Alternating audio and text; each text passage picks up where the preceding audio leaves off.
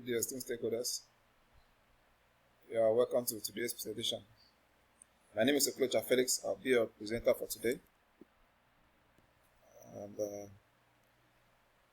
so we're actually here to discuss the cloud solution proposal for OpenHeaven Hotel and Suites. And going through the overview, so we'll be addressing briefly the operational inefficiencies and also how to enhance data protection through cloud, and also be discussing the security and customer satisfaction, which also includes transitioning of cloud to improve this. And some of the objectives that we'll be talking about here today is how to improve customers' experience, scalability in IT solution, and also make experience of the customers seamless one, so that you're able to enjoy their time while surfing through our web page. Okay, so this service model that we are choosing is software as a service, which is briefly called SaaS. And when we talk about SaaS, it has its own benefits, which include but not limited to understanding that this business is a small business with potential for growth. It can be easily adopted into SaaS, and also it's reduced IT overhead and maintenance, because most of the infrastructure or the software that are being used are already embedded in the cloud server. So there is no need for a physical server because everything is already there. So these are some of the benefits, because the maintenance and the overhead will be reduced, or is already being taken care of by the CSP. And also understanding the kind of business that we are into. It has some ready-to-use applications for like CRM, which is customer relationship management, and also reservation system, which is very vital for the growth of our business. Now, looking at the cloud proposal that we are choosing, actually we choose the public infrastructure.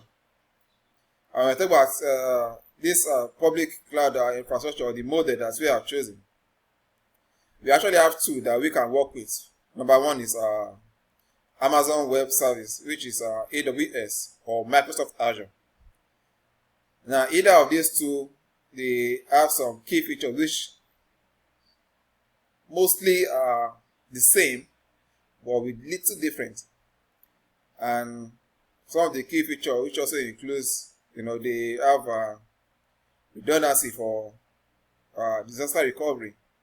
Should there be any case downtime or anything, you're able to recover data on time. And also, this is also automated according to the time that we search for it. It also has can easily be updated and be scaled. Just for example, if you have more branches or whatever, it can help us to expand without having to add any extra service to it. Another thing that is also help is also improve reservations and process time. So all this help in managing our platform. And just as I said earlier, the uptime is 99.9%, which is very good uptime for our business. Understand the fact that we have also experienced some downtime before. So this will help to curb that aspect of it. And we'll talk about the service level management, which I've discussed briefly earlier. Now, when we talk about these two services, talking about the Azure and also AWS, both offer service credits for outage, which is a very good thing. And also both guarantees uptime and service reliability. Now, one of the best, the benefits or the main thing that we also need to look into, which is the security and mitigation. In everything, always have a security issue, but that can also be taken care of. When I talk about the possible risks that we can encounter here, some of these include patient attack, downtime during peak hour, which we have experienced previously with our former network, and also data breach. But the solution to it, or to make sure that this risk is being curbed, number one is to implement multi-factor authentication, and also train staff on the importance of cybersecurity and also the practices that involve in it, so that they're able to protect themselves from such. Another thing is to regularly check for vulnerability. Should there be any lapses in the system, so that we're able to quickly work on it to protect the system from it. Moving forward, we also discussed about the risk management, just as some of the things that I've said earlier. So some of the management that we can use, number one is taking responsibility, knowing that, okay, if this such thing happen, what are some of the things that we need to do about it? So number one is also encrypt sensitive customer data. When these are encrypted, it complies with audits. It creates a kind of trust within us and our customers. And also, should there be any error from our parts, it is good to acknowledge our fault and also let it know, so that they will know us for transparency.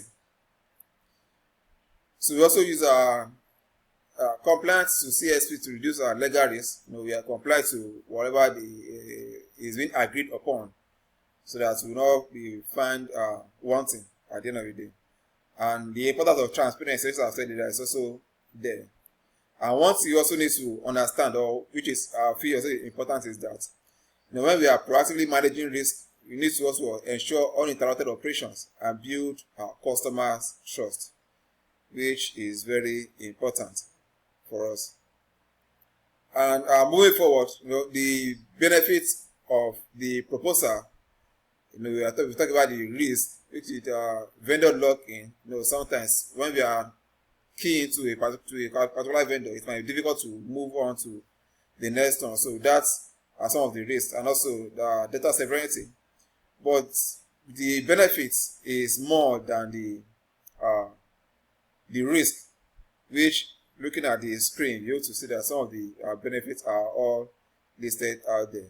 So the key takeaway from this is that SaaS on a cloud, a public cloud, they offer scalability, reliability, and security. And this security is also what security measures ensure business continuity. So my final recommendation for this proposal is that we need to proceed with a SaaS-based cloud solution for Open Heaven Hotel and Suites. So that is our final consideration. So I appreciate your time, and I want to thank you. So if you have any question, you are free to ask. Thank you for your time. I appreciate it.